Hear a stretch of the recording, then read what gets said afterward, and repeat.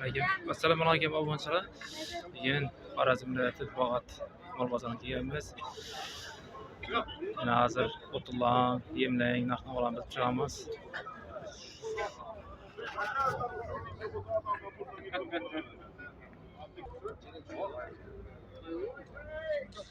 Assalomu alaykum. Sizlar. Xalqlar ne oldu ikinci aralar? Halkalar büyüğünden 5,5 ming so'm. 5,5 ming so'm. Qachon bo'ldimi ko'tarilganchi? Chegim bo'ldi? 3 daha. 3 mi yana? Zavut 6,5 ming so'm qo'ydi. 5,5 mingmi? Bu 6,5 ming. Ha, bu 6,5.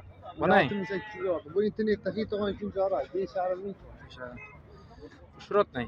Şurotni qizili 5 ming so'm, og'ri 5,5 ming so'm.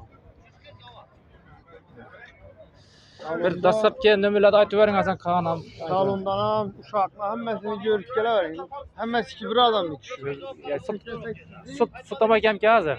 Sutama ekanki ha. Sholqovza ne oldu usta? 1,5. Maziniki 1,700. Tonnaga gelish bo'ladimi? Ha. Dastlabki? Urursilar, dastlabki ichida besplat. Perseptan bor, laziniki perseptan. Ha. Lazerdagi. Necha 1,700. 1,700.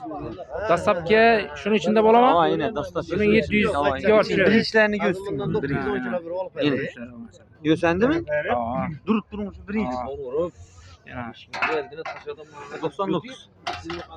Ketaveradi. Buni kepak necha oldi xaltasi? Bu da kepekniki. Bular kaçça so'nadi? Qaysi? 90. 90 mı 95? Yok 92'sini ham 90. Ha, ikisini ham 90 lar ekan. İçi necha kilo bo'ladimi?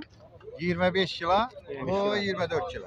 Ya, Sultonbayga deb kelaverasizlar shu yerda. Hammasi shu Sultonbayga shu. Bu yoqdan turibdi, yana uzun hammasi shu. Telefon nomerlarini bir aytib bersangiz. 99 dan 331 38 38.